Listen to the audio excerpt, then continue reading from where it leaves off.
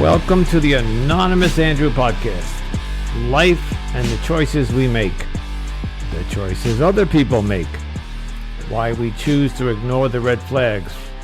Red flags like gaslighting, cheating, addiction, mental illness, and much more.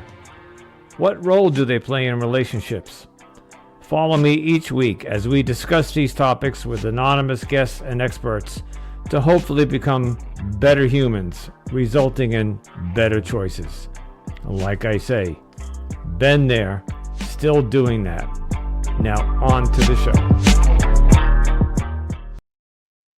Greetings, everyone in the YouTube world and all of my 2 followers, or how many I have.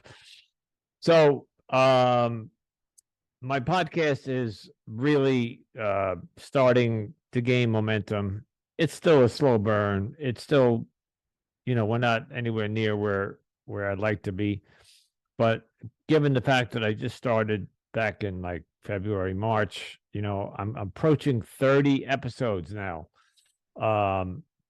Just beyond my wildest dreams. And we're shifting now. So we're, in the beginning, I bitched and I moaned about my ex because she sucked me into her little vortex of gaslighting and manipulating and cheating. And I admitted I stayed and I took the beating, finally to get out 2 years later, whatever. And yeah, I was bitter and I was angry and I was mad and I jumped on a podcast and I started bitching about it. But that was months ago and I have learned so much. I have had other people on who have gone through the same thing. I have had experts on, and we are tearing apart, dissecting all the traits of narcissistic people, the gaslighting, the manipulation, the cheating, the lying, and not just tearing them apart. We're digging into the origins of them, how they got started, where the terms came from. We're just covering it from A to Z, and we're not done. We just scratched the surface. I want to know why a person goes out, let's just say on a dating app, and looks for a partner. I mean, you spend all this money on a dating app, or you spend all this time creating a profile, and you find somebody and you connect with them only to abuse them. They put on their best performance in the first 6 months. They get you to fall in love with them, and it's called the honeymoon period. We all know that. Everybody in a relationship puts on that perfect persona in the beginning, and it's fake, it's false, it's a lie. And because 6 months, 8 months, whatever later, their real persona emerges. But when you fall in love with that person during those first 6 months, and then you see that person go away and a new persona comes in, it doesn't happen overnight. It's a slow morphing, and we don't necessarily recognize it at first. But let's say a year into the relationship, now, wow, you find yourself smack in the middle of this abusive relationship. She cheated on you. She lied to you. She's starting fights with you and arguments and gaslighting you, and you're like dumbfounded. You're like, this is not the person I met a year ago. Why do these people do this? What agenda do they have? What's the purpose behind this? And then to drag it out for another year or 2 years, or sometimes I've heard stories that go on for a decade. Because it's not fun. It's not fun for them. It's not fun for you. The love that is there, or the chemistry is there, is up and down, and there are multiple breakups and then reunites and break up and reunites. And it's just a waste of time.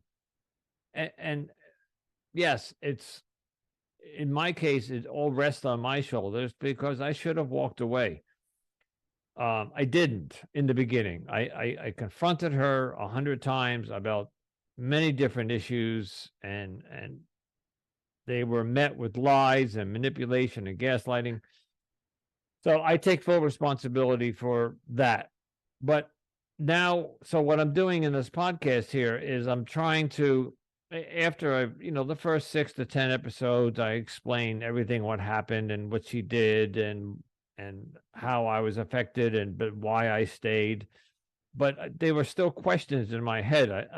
And then I just realized I can't publish a podcast based on one relationship that went bad. It was a 2-year relationship. I've been in 15, 20 relationship my whole life. They all went bad. But why did I pick this one to finally go public and talk about it? Well, this one really threw me for a loop because I really thought this one was my twin flame. I thought this one was my person. I thought this one was going to be the one that I was going to ride off into the sunset with. Man, was I wrong. So the podcast is now shifting into the healing phase and even post healing. I have healed. I'm done. I'm moving on. But that's where the challenge is. Okay. 7.5 months or whatever post breakup, she's no longer an obsession in my mind. But here's the problem. As I go back into the real world, or if I go on a dating app, and I'm not looking to get into a relationship by any stretch of the imagination, not whatsoever. I am just not ready for that. But I'd like to date. I would like to go out to dinner and sit across the table with a beautiful woman and enjoy a nice dinner, and then go take a walk on the boardwalk, go down to the beach, go see a movie, whatever. The summer's here, and I'm just looking for companionship. It could be dates. It could maybe evolve into a relationship ultimately, but that's not my intent. I'm going to try to date as many women as possible. And then you think, as simple as that might sound, I found out that it is not that simple. Okay. If you're in the dating world, if you're on a dating app and you're finding out what I'm finding out, and I have some friends who are on dating apps, and we're talking about it. And go listen to my podcast. I have 2 or 3 people that I interview who have had nothing but horrible experiences on the dating apps. And I just had one myself. I met somebody, I'm going to say it, on match.com, and I don't know who contacted who first. I don't remember. It was several weeks ago, and it doesn't really matter. We chatted, but she quickly said, I don't want to be on, I'm not going to be on this dating app very long. I want to get off.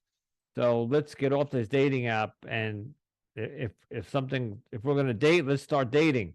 It's kind of pushing me and rushing me along. And that's not how it works. All right. But in typical, I'm going to say it, dumb Andrew fashion, I played along. I was like, sure, okay, listen, because she wanted my phone number like the first night, and I was like, no. At least I was smart enough not to do that. I insisted on a video chat, which is one of the safety features inside Match. You could do a video chat within Match, and you don't have to give out your phone number. And she seemed like a fine lady, a nice lady, and she was very pretty. And but then came the sob story. Okay. I'm being stalked by my ex, and my Alexa is flashing. Interesting. Um, and she started giving me the sob story about her ex is stalking her, that her phone had been hacked, and I don't know whether is she. I got to be careful how I say this. Let's just say that I did what I typically do. I'm a nice guy. I really have no malintent. So I offered the woman some help. I said, hey, let's get together. I'll bring you to a public Wi-Fi site. I'll give you a VPN, and I know it's secure to begin with, but we'll make it more secure with a VPN, and then we'll upgrade your phone. We'll try to, because she had version like 13, iOS 13 on there, and should have been 16. And plus, the phone was 4 years old. She hadn't updated it.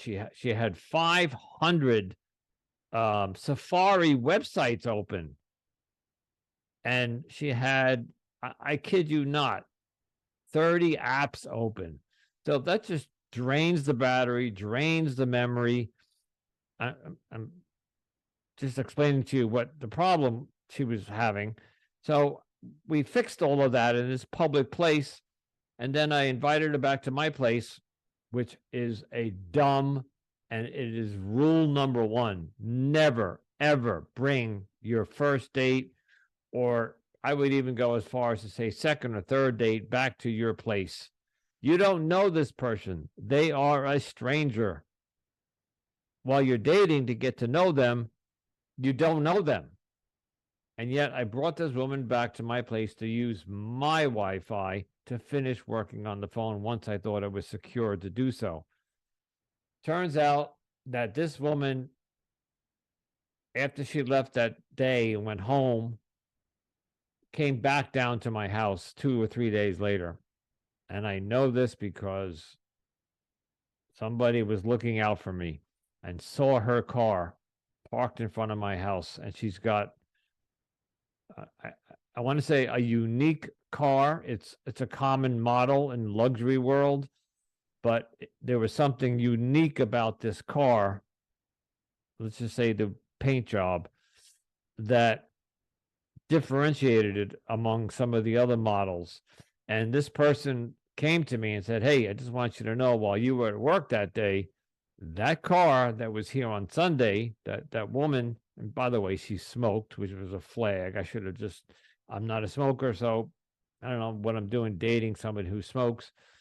So he had seen her go out to her car and smoke. She would lean against the car. So the guy was my landlord. He was sitting in his second floor window, and he sees the whole neighborhood. So he saw her going out and smoking on that Sunday. So he recognized not only her, but the car. Like, I shouldn't say recognize. He noticed her. So when he came to me a couple of days later, he said, that same woman in the same car came back here while you were at work and was parked in front of your house for about 20 to 30 minutes, sitting in the car, and then she drove off. What the fuck? All right. Like, why are you back at my house?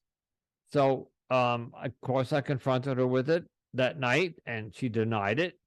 But I trust my landlord. He went out of his way to come to me just to let me know that he thinks that I should know this. And this turned into a problem because I ended up cutting off contact with this woman. I said, if she had malintent, she had my password to my Wi-Fi because dumb me put it in her phone. So what was she doing back in my house? And you can get my Wi-Fi on my street. Most houses are. You can sit in front of anybody's house and catch their Wi-Fi. It's if you have the password, whether you can get into the Wi-Fi. No, I don't think she was using my Wi-Fi. She didn't come down to the house to use the Wi-Fi. She came down to do something malicious, either hack into it or install some sort of whatever. I know it sounds paranoid. I know it sounds crazy, but my landlord swears it was the same woman. And now she's accusing me of hacking her phone because I cut off contact with her, and a whole week goes by and I don't hear from her. And all of a sudden, 2 nights ago, I get a text message from her. Where you been? And I told her, I said, I'm done with you. I said, you you're stalking me, and I just can't have that. And she turned it around on me and said, I'm stalking you. You're the one that hacked my phone, blah, blah, blah. And I just don't have time for this drama. And once again, if I didn't learn anything from the last relationship, the red flags, or here's the phrase, what we ignore in the beginning of a relationship is what usually ends the relationship. Okay. They're red flags. And the smoking was a red flag. I shouldn't have been with her. The stalking of her ex-boyfriend was a red flag. I should not have gotten involved. I tried to help the woman, and either she took advantage of me, or her and her boyfriend were in collusion together. I don't know. And I'm not even giving it like too much thought. I just know that I spent a whole week changing passwords and amping up my security again, and whatever. This dating app world sucks. You just can't find a nice person, and that's just one story. I got a half a dozen others of women. You match, you say hello, you have a conversation for like 24 hours, and then they disappear. They just don't talk to you again, and which is fine if you don't think we're a match. But say something. Say, hey, look, I'm going to move on. I'm not feeling it. What happened to human decency? I don't know. I don't know if I'm one of a kind, or I'm just a pushover, or an easy mark for some people. I got to toughen up my boundaries. I got to toughen up my skin. And folks, if you listen to my podcast, I told you from day one, I'm going to be open and honest with you, and I'm going to tell you everything that's going on. If nothing else, I need to journal what's going on in case something down the road comes back to haunt me. I have no malintent. I'm just looking to get. Today is what? May 20th, okay? Even though it's crappy weather out, in another 2 to 3 weeks, it's going to start hitting 70, 75, 80, and June will be here, and that's the beach season. I'm buying my beach passes next week, and I want to go to the beach with somebody. I want to go to the boardwalk. I want to go to a movie. I want to go out east where I live. It's where there's more beaches, and take a day trip. Or whatever. I just want to get out and have some fun with some ladies. Nothing serious. And again, as I've said 100 times, I'm not looking to get laid. No sex. Not about that. It's just about having the summertime, which is my favorite time of year. And I want to go out and have some fun this summer. If any of these women that I'm dating that I'm not dating anybody currently, but if one comes along and it morphs into something more, I'll take it cautiously and slowly. I've been too burned and burnt and hurt and stomped on these past 3 years, and I'm just, the heart's closed. I don't trust anybody, but I can't let that prevent me from moving forward. And in addition, I want some content for my podcast. If I find a woman online and I go on a date, I'm going to tell you guys about it. I'm going to share it with you. All right. Until it gets to the point where maybe it's no longer appropriate. Okay. And even then I might, depending on if it's a relationship or not. So anyway, just wanted to do another YouTube shout out. Please follow me on Anonymous Andrew Podcast. I am on Instagram. I am on, obviously, YouTube. I am on Facebook. It's not really the podcast, but you can find me on Facebook. But go to Instagram or whatever platform you have, whether it's Spotify, Pandora, iHeartRadio, Amazon, Google, TuneIn, Stitcher, Apple. They're all the zillion platforms to listen to podcasts. I am on all of them. All right. So look for Anonymous Andrew podcast. The episodes are listed 1 through 30, but look at the title. If the title it has a subject that's interesting, listen to it. I'd like you to listen from the beginning so you get the idea, but whatever, listen to whatever you want. I have some great guests that I'm interviewing. I got some experts coming on that I've had on, and I have lined up for the next 2 weeks. So we're going to dig into life and the choices we make in relationships, how to date, how to get out of a bad situation, how to not get into it in the first place, all this stuff. I can't be the only one. There's got to be other people out there. And it doesn't matter what age you are, okay? Don't look at me and say, oh, look at this old man. If anything, I have some lifelong experience.